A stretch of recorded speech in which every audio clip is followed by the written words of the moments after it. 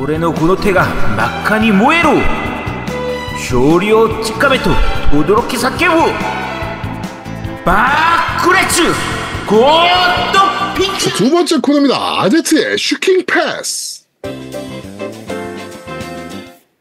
자, 이번 달 슈킹 7게임을 소개해드리는 아제트의 슈킹 패스 코너입니다. 어떤 게임인가요, 이번에 슈킹 7게임들이? 자, 이번 달 슈킹 7게임은 일단 팀덩치님 글루멘둠 보내주시면 되고요. 네. 시골남자 76영식님 페르시아의 왕자 잃어버린 왕관 보내주시면 되고요. 네. 아빠님 어나들 코드 보내주시면 되고 익명왕님은 비정기 슈킹 패스로 철권 8 살 가격 이미 보내주셨기 때문에 그래서 요걸로 구입하도록 하겠습니다. 근데 페르시아 왕자는 저걸로 하지 않으세요? 유비커넥트 이번에 어떻게 할지 모르겠어요. 그래서 아니 이게 일단, 유비커넥트 진짜 짜증나는 게 내가 아바타 2호로 해지하려고 그랬거든. 좀 애매해 그게. 해지하려고 그랬더니 또 이게 나오네.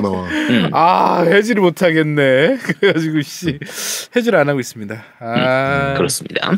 그렇습니다.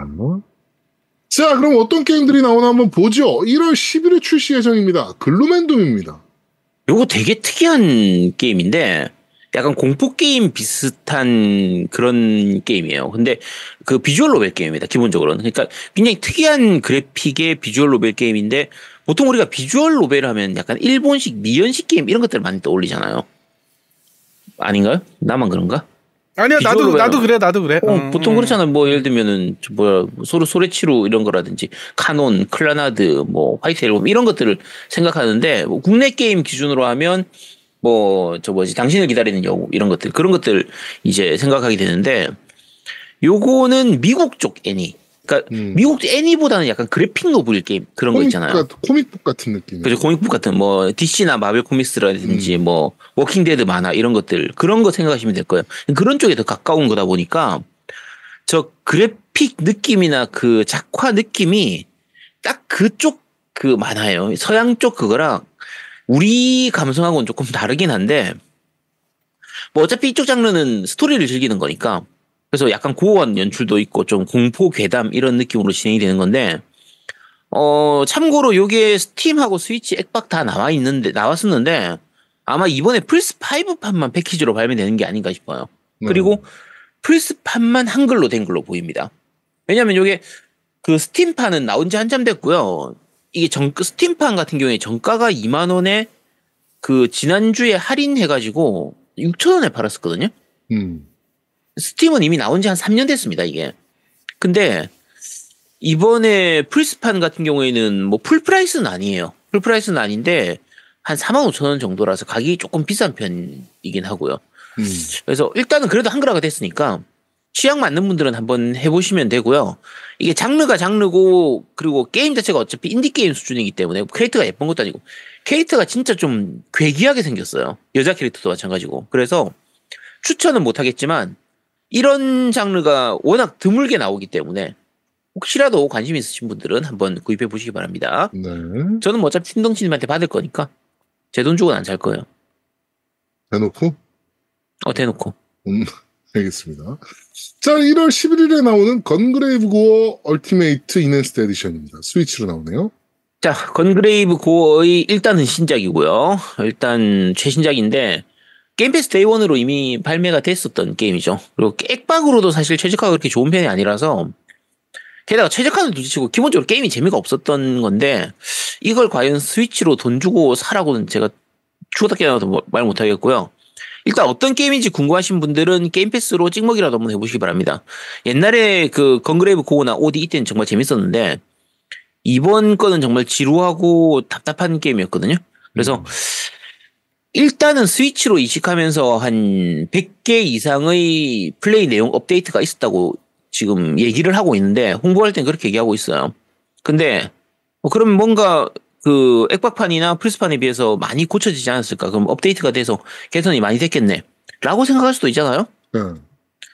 참고로 사이버펑크가 처음 초창기 나왔을 때 그 버그 투성이에서 지금으로 고쳐질 때 업데이트가 수천 개 정도 됐거든요.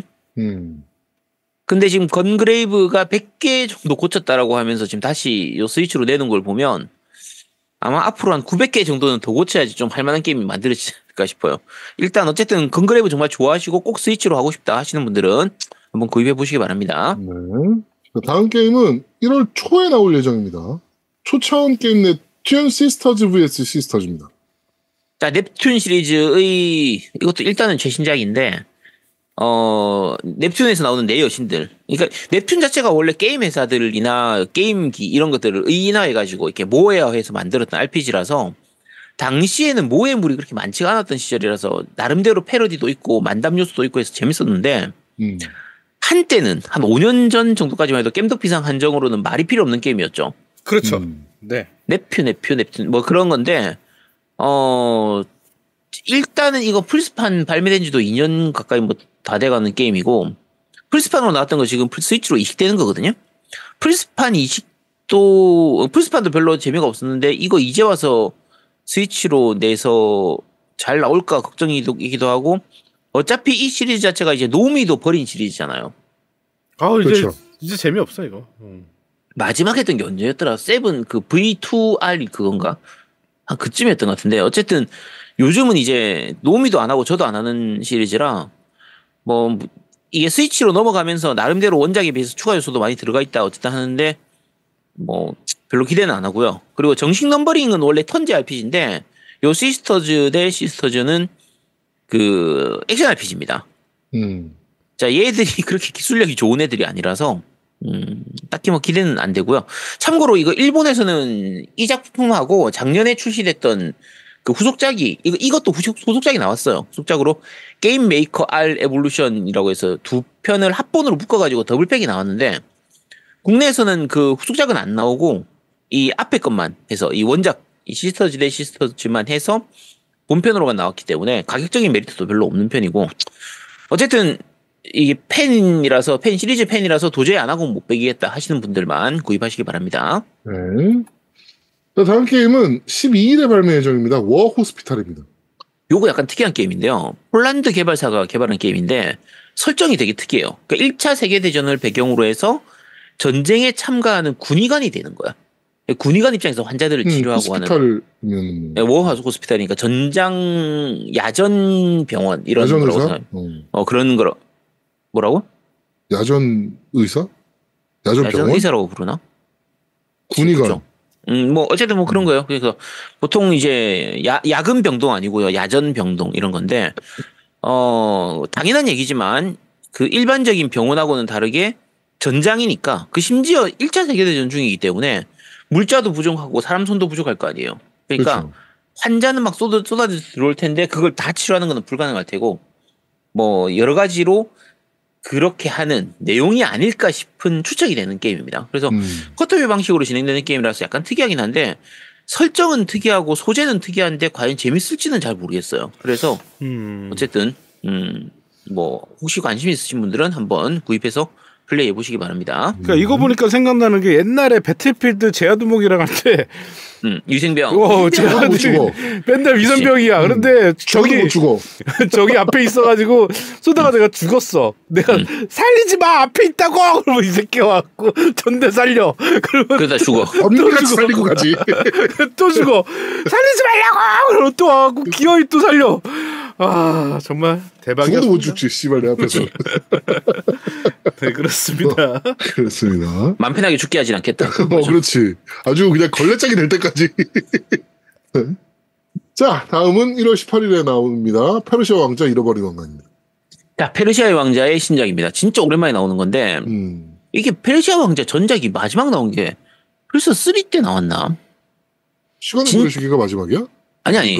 그거 뒤에 한 3편 정도 더 나왔어. 시간의 모래시계하고 무슨 뭐의 왕자. 시간의 모래시계 이후로 안 한 것 같은데 페르시아 왕자. 그게 3편까지 나왔었어. 그게 무슨 왕자 그다음에 뭐 하고 해서 3편 나오고. 맞다. 그리고 나와서 막 빨간 천 둘은 그게 플스 3 때인가 한 번 더 나왔었거든. 그러니까 맞아요. 시간의 모래시계가 플스 2 때 나왔었고 그 시리즈가 플스 2 때 3편까지인가 나오고 맞아요. 그리고 플스 3 때 나왔나 해서 거의 한 15년 된 것 같은데 근데 진짜 오랜만에 나오는 거긴 한데 당시에는 정말 재밌었던 작품이고요. 우리 어린 시절에 2D 플랫포머 게임 중에서 정말 부드러운 움직임의 게임이었죠, 진짜. 그렇죠. 뭐 퍼즐 요소도 들어가 있고 전투 요소도 꽤 재밌었고 이랬던 게임이라 어떻게 보면은 지금 어쌔신 크리드가 그 페르시아 왕자의 그 영향을 좀 받은 걸로 보여요, 사실. 여러 가지 게임 시스템이라든지 팍프로 하는 거나 전투 시스템의 여러 가지가. 배경도 마찬가지고. 그래서, 어쌔신 크리드를 보면서, 아, 페르시아 왕자도 재밌었는데 안 나오나? 라고 했더니 이제 드디어 나왔습니다. 게다가 2D 방식의 횡스크롤 액션 플랫폼 게임이고요. 영상으로 보면 되게 전투도 시원시원해 보이고 움직임도 되게 스피디해 보여서 과연 어떤 식으로 나올지는 모르겠지만 추억에 젖어서 나름대로 기대가 되는 작품 중에 하나입니다. 네. 자, 그리고 19일 날 또 발매됩니다. 어나더 코드 리컬렉션 2개의 기억의 문입니다.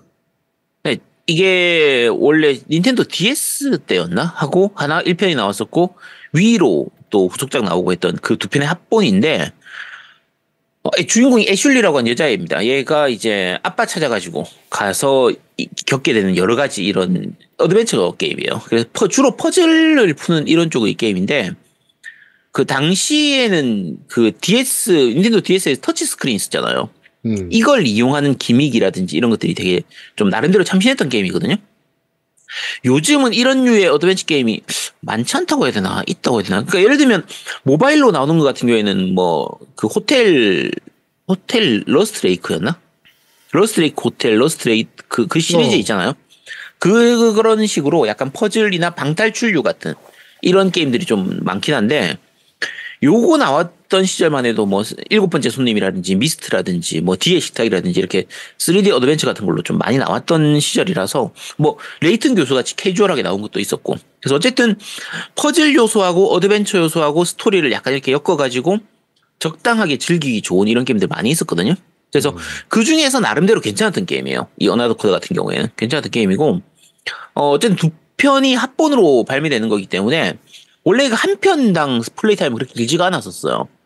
1편 같은 경우에 몇 시간이면 엔딩 보는 수준이었기 때문에 그래 길진 않았는데 합본인 거 감안하면은 뭐 이 정도 가격이면 괜찮지 않을까라고 싶은 게임이라서 혹시 이런 류 좋아하시면 구입해 보시기 바랍니다.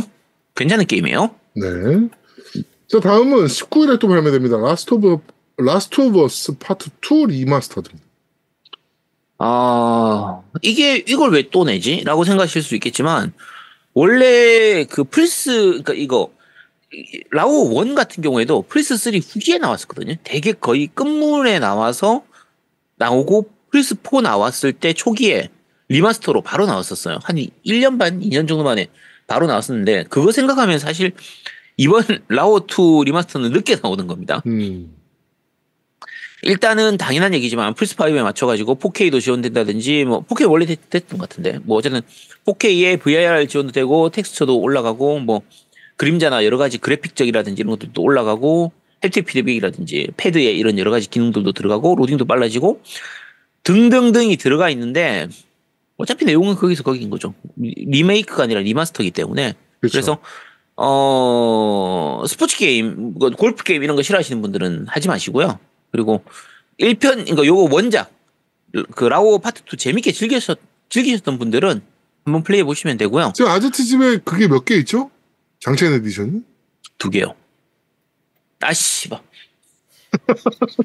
자, 요거 참고로 본편, 그러니까 플스4에 나왔던 그 라오 2를 가지고 계신 분들은 13,000원만 내면 업그레이드를 할 수 있습니다. 그래서 요거는 GTA 때도 그렇고 언차티드도 그랬고 보통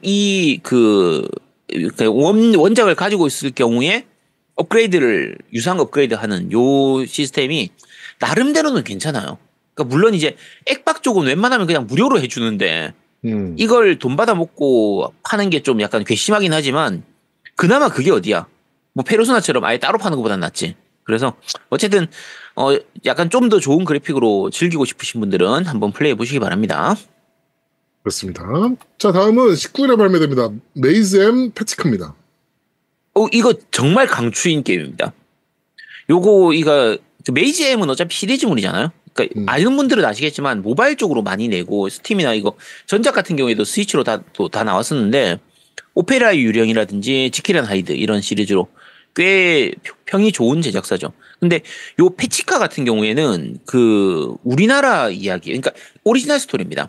근데 그 러시아에서 태어나서 러시아에서 사는 우리나라인데 그 거기서 독립운동하는 이런 사람, 그러니까 일제 시대를 배경으로 해요. 그때를 배경으로 해서 그 안에서 약간의 스포만 하자고 하면 이거 게임 조금만 진행하면 바로 나오기 때문에 이거 주인공이 약간 누명을 쓰고 자기 아버지를 죽였다는 누명을 쓰고 그걸로 인해서 일본인한테 이용을 당해서 일본인 앞잡이로 이중 첩자 이런 식으로 스파이를 하게 되면서 암살을 많이 해요. 그래서 이제 우리나라든 뭐 러시아 사람이든 약간 독립운동하는 이런 사람들을 막 죽이고 이렇게 하는 그런 건데 그 와중에 실제 역사하고 이렇게 좀 섞어져 있어요.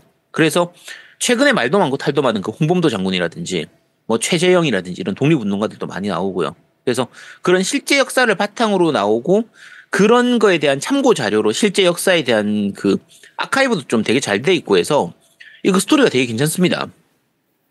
주인공인 펴트러가 결국은 일제의 앞잡이로 이렇게 암살자 역할을 하는 사람이다 보니까 그 속에서 갖게 되는 이렇게 좀 심적 갈등 이런 것들도 좀 잘 엮여 있고 해서 그리고 스토리가 굉장히 스피디하게 진행돼요. 잘 진행되는 편인데 요 시리즈가 이제 아무래도 대부분 좀 이게 모바일에 최적화되어 있는 거다 보니까 스팀으로도 나와 있고요. 한데 참고로 스팀판이나 스위치판은 요 메이지 M 시리즈는 항상 한 15,000원 정도에 판매를 하거든요. 그래서 그 모바일판하고 생각하면 조금 더 비싼 편인 느낌이긴 하지만 그래도 뭐 쾌적하게 즐길 수 있으니까 괜찮은 편이고요. 패치카 같은 경우에는 이 모바일판은 구독제로 이용하든지 아니면 그 광고를 봐가지고 이렇게 연재 방식으로 이렇게 진행을 하는데 이거 꽤 답답해요. 차라리 그냥 15,000원 주고 사고 깔끔하게 플레이하는 게 더 낫겠다 싶은 정도 수준이기 때문에 어쨌든 스토리 참 좋고 잘 만든 게임이니까 꼭 한번 즐겨보시기 바랍니다. 네. 자, 다음은 19일에 발매됩니다. 스위치 버전이고요. 짤벤져스입니다. 이건 뭐 하는 게임인지 모르겠어요. 솔직히 말해서. 이게 그 대강 보면 약간 병맛 게임이고 냥코 대전쟁 짝퉁 같은 이런 디펜스 게임인데 짤벤져스가 뭔지 혹시 아세요, 두 분? 몰라요.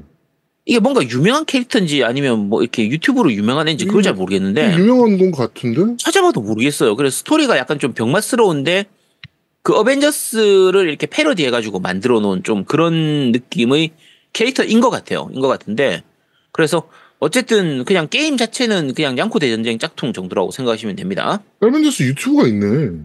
근데 그게 구독자가 조회수가 얼마 안 돼. 나도 찾아봤거든. 그렇게 유명한 애도 아니고 조회수도 얼마 안 되고 그러는데 이게 게임으로까지 나오나?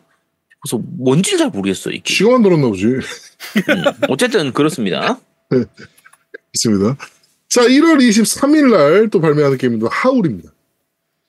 자, 하울 이게 오히려 약간 특이한 설정의 게임인데 이게 뭐냐면 이 늑대 인간 같은 거라고 생각하시면 돼요. 늑대 인간 같은 괴물이 있는 건데 이 괴물의 그 짖는 소리 있잖아요. 포효. 이 짖는 소리, 울음소리를 들으면 그 사람도 늑대 인간이 되는 거야.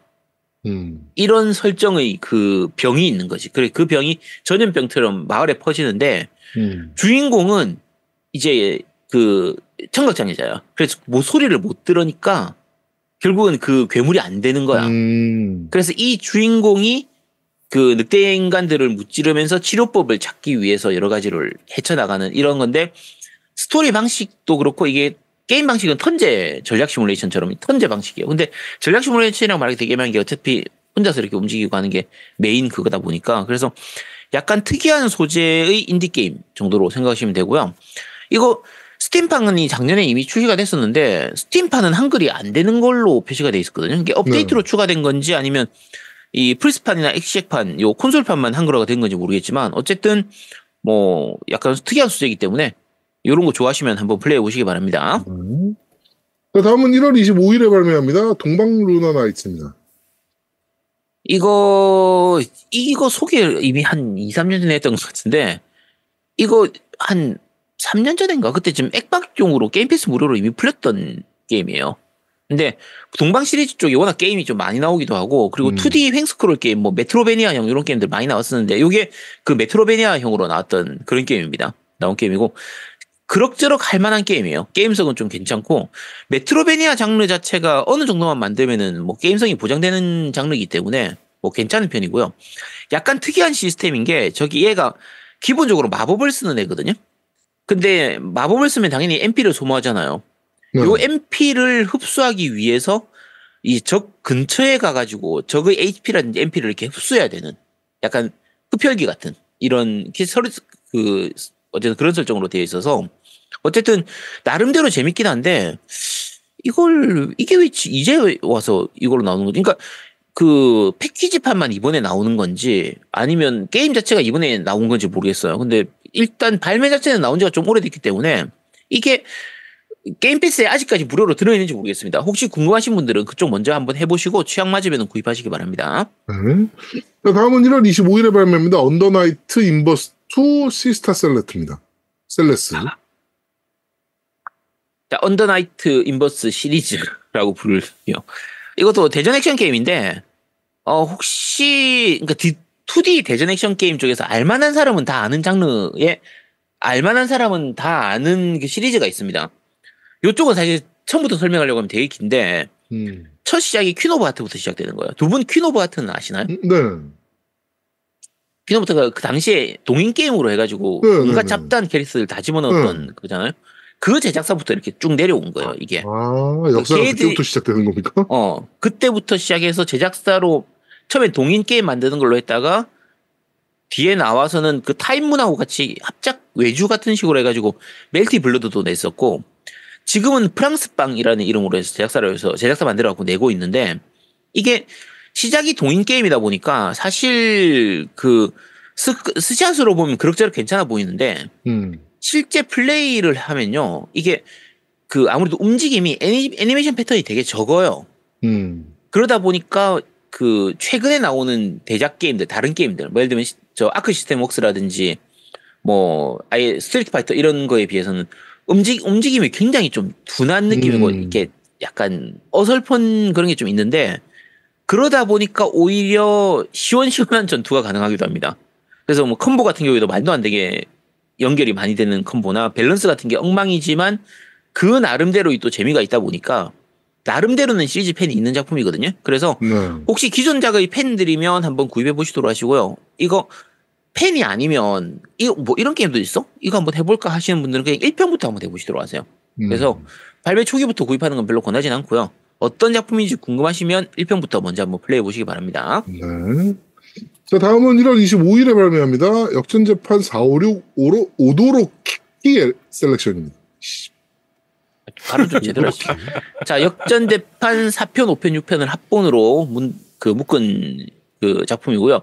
원래 1, 2, 3, 4편, 1, 2, 3편까지는 나로도가 나와서 나로도 셀렉션이었나 나로도 컬렉션이었나 이렇게 나왔었고 4, 5, 6편은 오도로키가 주인공이었기 때문에 오도로키 셀렉션으로 해서 나왔는데 1, 2, 3편은 사실 이식이 되게 많이 됐던 그 게임인데 반해서 4, 5, 6편은 상대적으로 좀 이식이 많이 안 됐던 편이라서 국내 한정으로는 4, 5, 6편은 안 즐겨보신 분들도 많을 거예요. 그래서 이번에 한글화도 다 되고 같이 나오는 거기 때문에 한번 즐겨보시도록 하시고요. 아쉬운 거는 이 주인공의 매력은 나루오도만큼은 좀 못해요. 오도로키가 약간 좀 나루오도는 그 나루오도의 그 특유의 얼빠진 그런 게 좀 있는데 오도로키는 약간 어설픈 죽도 밥도 아닌 좀 그런 느낌이라 그래도 안 해보신 분들 많으실 테니까 한번 플레이해보시기 바랍니다. 4, 5, 6편 합본이니까 상대적으로 저렴하기도 하고요. 네. 자, 다음은 26일에 발매합니다. 철권 8편입니다. 진짜 오랜만에 나온 철권입니다. 사실 우리 시절 때는 버추얼 파이터하고 이 철권이 그냥 오락실 3D 격투 게임의 양대 산맥이었는데 어느 순간인가 오락실도 점점 쇠퇴하고 버추얼 파이터는 아예 죽어버렸고 철권도 진짜 오랜만에 나오는 거거든요. 철권 7이 2015년도에 나왔어요. 그러니까 지금 9년 만에 나오는 신작입니다. 그러니까 신작의 발매 주기도 엄청 늘어지고 있는 거고 그렇죠. 그리고 예전에는 당연히 오락실이 많았고 아케이드 시장이 아직까지 살아있었으니까 7편까지만 해도 아케이드를 일단 메인으로 하고 약간 일정 시간 지난 다음에 콘솔용으로 이제 이식하는 이런 식이었는데 이번 8편은 아예 오락실이 죽어버렸기 때문에 그렇죠. 아케이드 출시 없이 그냥 콘솔용으로 바로 출시를 합니다. 콘솔 PC용으로 이제 바로 출시를 하는 거고 그래서 그런지 아예 콘솔에 맞춰가지고 싱글 컨텐츠가 좀 많이 들어가 있어요. 싱글 아케이드 모드라든지 스토리 모드 이런 식이 좀 많이 들어가 있는 편이라 혼자서 즐기실 분들도 물론 이제 대전 격투 게임을 누가 혼자서 즐기겠냐마는 뭐 혼자서 즐길 분들도 한번 구입해 보시면 되고요. 오랜만에 나와서 얘기하자면 당연한 얘기지만 당연히 그래픽은 7편보다 훨씬 좋아졌고요. 이거 데모판 지금 올라와 있으니까 한번 해보실 분들은 해보셔도 됩니다. 그리고 바꿔서 말하면 이게 9년 만에 나온 신작이거든요. 지금 8편 사면요. 앞으로 10년은 써먹을 수 있습니다. 10년 동안 이거 9편 나오기 전까지 10년간 즐길 수 있는 게임이니까 어차피 사실 거면 지금 빨리 사시면 됩니다. 네. 자, 다음 게임은 26일에 발매합니다. 용과 같이 8편입니다. 자, 용과 같이 8편입니다. 용과 같이 7에서 이제 새로운 주인공으로 나왔던 카스가 이치반하고요. 그리고 원래 주인공이었던 키류 카즈마가 둘 다 주인공으로 등장하는 게임이에요. 그러니까 사실 용과 같이 7 외전을 즐긴 유저들이라면은 뭐 당연히 기대하고 있을 작품이고요. 그러니까 용과 같이 7이 사실 약간 애매했던 게 정식 넘버링 시리즈에서는 최초로, 그러니까 이제 1편부터 6편까지 다 주인공이 키류였는데 처음으로 주인공이 바뀌었던 게 7편이었단 말이에요. 그러면서 게임성도 아예 턴제 RPG로 바뀌었죠. 근데 이게 호평을 받은 것도 있긴 한데 사실 원래 기존작을 즐겼던 유저들 입장에선 그 원작의 그 액션성이 있었는데 그게 다 빠져버렸으니까 좀 아쉬웠던 게 있단 말이에요. 그래서 이번에는 주인공도 키류 카즈마하고 카스가 이치반을 둘 다 내세우고 게임 시스템도 원작의 그 액션 시스템하고 그 7편에서 들어왔던 전략적인 턴제 RPG를 둘 다 넣어놨어요. 그래서 어떤 의미에서는 종합 선물 세트 같은 그런 게임이고 뉴스에서도 나왔지만 볼륨도 최다 볼륨, 최대가 아니고 최다 볼륨이라고 하고 아까 얘기 또 기사가 또 나왔는데요. 100시간이 네. 넘을 거라고 스토리만 달려도 기대되는 거죠. 그래서 플레이타임이 너무 길면 안 되는데 자 어쨌든 용과 같이 시리즈가 뭐 해외 인기가 많이 좋아진 것 때문인지 이번엔 배경이 하와이로 바뀌었기 때문에 뭐 하와이 배경이라서 실제 하와이를 거기에 넣어놨을 거 아니야. 우리 아쉬운 점은 우리가 신주쿠 그 카무로초나 아니면 그 도톤보리 게임상에서 소텐보리로 나오는 이런 것들은 보통 오사카나 동경은 한 번씩 가봤으니까 이게 실제는 이건데 여기 이렇게 돼 있네 이렇게 알 수가 있는데 하와이는 우리가 안 가봐가지고 실제 하와이하고 똑같은지 아닌지를 알 수가 없다는 거. 누구 혹시 하와이 가보신 분 계시면 용같이 8 해보시고 나서 실제 하와이하고 똑같은지 아닌지 설명해 주시기 바랍니다. 그리고 이거 하기 전에 꼭 그 7외전을 꼭 하셔야 되는 걸 추천드립니다. 7외전을 무조건 해야 돼요. 해야지 바로 이어지는 8편의 스타트 부분을 이해할 수 있어요. 키류가 왜 하와이에 갔는지부터 애시당초에 7편도 해야 돼. 7편 그러니까. 하고 7편 외전하고 그치.